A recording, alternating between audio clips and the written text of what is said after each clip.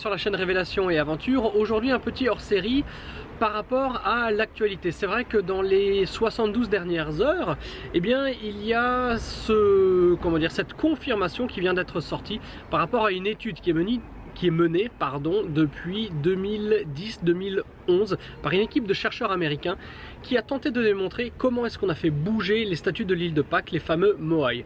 Vous qui avez peut-être déjà regardé soit ma vidéo, soit d'autres vidéos sur internet, ou tout simplement tombé sur des photos, vous avez vu que il était très répandu comme théorie, cette théorie des statues qui marchent, qu'on fait un petit peu valdinguer comme ça, de droite à gauche et de gauche à droite. Eh bien ça a été apparemment confirmé de manière définitive et ça a eu le droit à des passages à la télé, ça a eu le droit à pas mal d'articles dans la presse. Et aujourd'hui tout simplement je voudrais vous faire une petite vidéo pour qu'on fasse le point sur ce qu'on dit de cette situation et aussi, avec un petit peu de recul, en quoi on peut douter malgré tout de cette théorie qui ne satisfera pas les plus passionnés d'entre vous.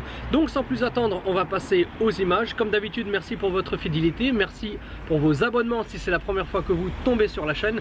Et puis moi je vous dis à très bientôt pour une prochaine vidéo. Donc les Moai de l'île de Pâques, c'est parti.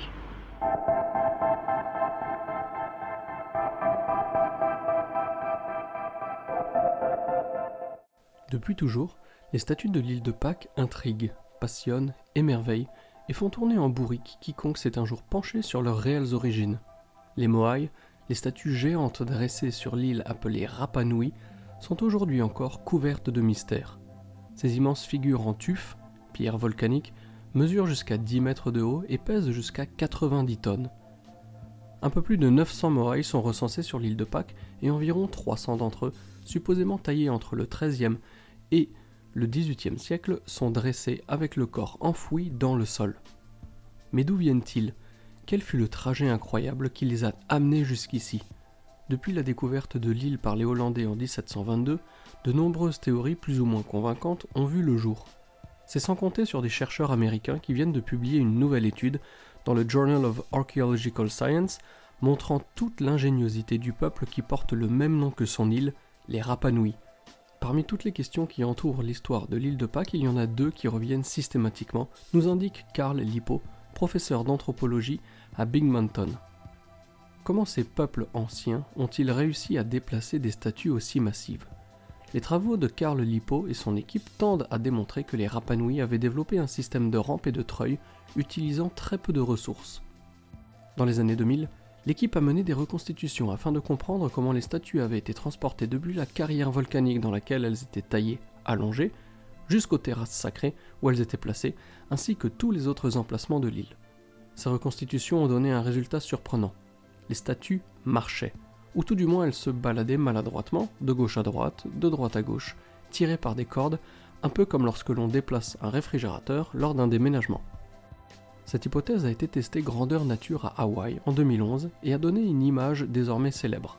Seuls 18 hommes, répartis en 3 équipes, a suffi à transbahuter sur une centaine de mètres une réplique de Moai pesant 5 tonnes.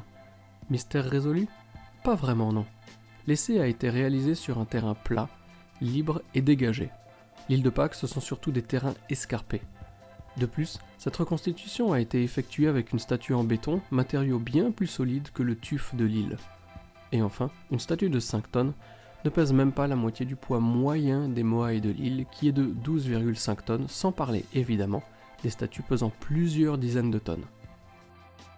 Selon l'anthropologue belge Nicolas Coué, l'hypothèse la plus probable est que des blocs de tuf ont été déplacés grâce à ce système, mais que ce n'est qu'une fois parvenus à destination qu'ils ont été transformés en statues.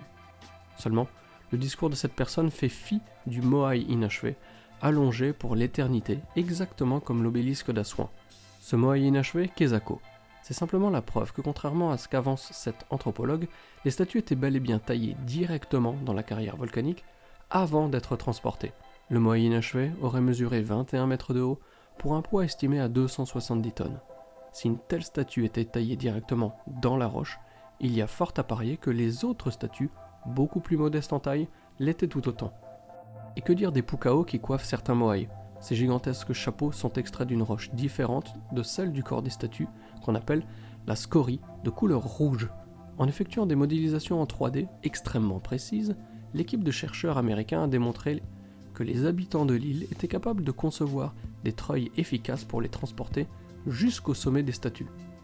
La roche rouge aurait d'abord été taillée en forme de cylindre, puis roulée jusqu'au pied du moai avant d'être hissée depuis la terrasse grâce à un système de rampes et de treuils.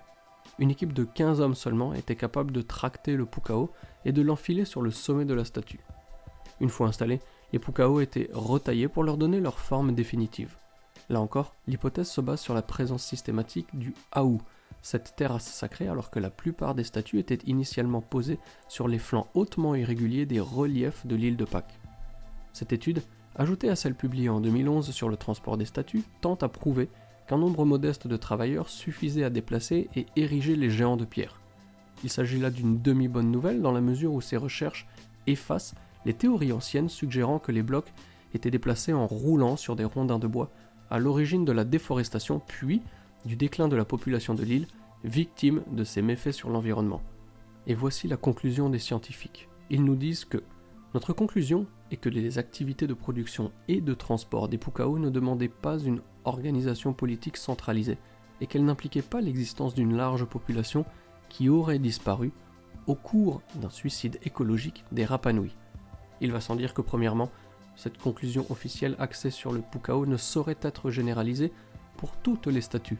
Deuxièmement, ce qui clôturera le propos de ce numéro, les vraies questions auxquelles il faut trouver des réponses restent en suspens. En effet, cette hypothèse est-elle démontrable en conditions réelles ?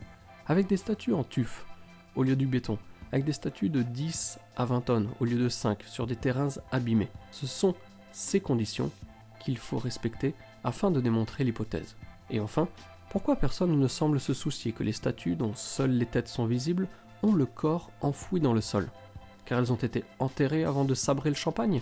Non, pas vraiment, car leur corps était recouvert d'inscriptions. Il est donc bien plus probable que les statues aient été posées debout à une époque si éloignée que la terre en a depuis recouvert des mètres et des mètres de corps. En tout état de cause, l'île de Pâques fait partie d'un pan toujours aussi mystérieux de notre héritage et dont la clé reste paisiblement enfouie.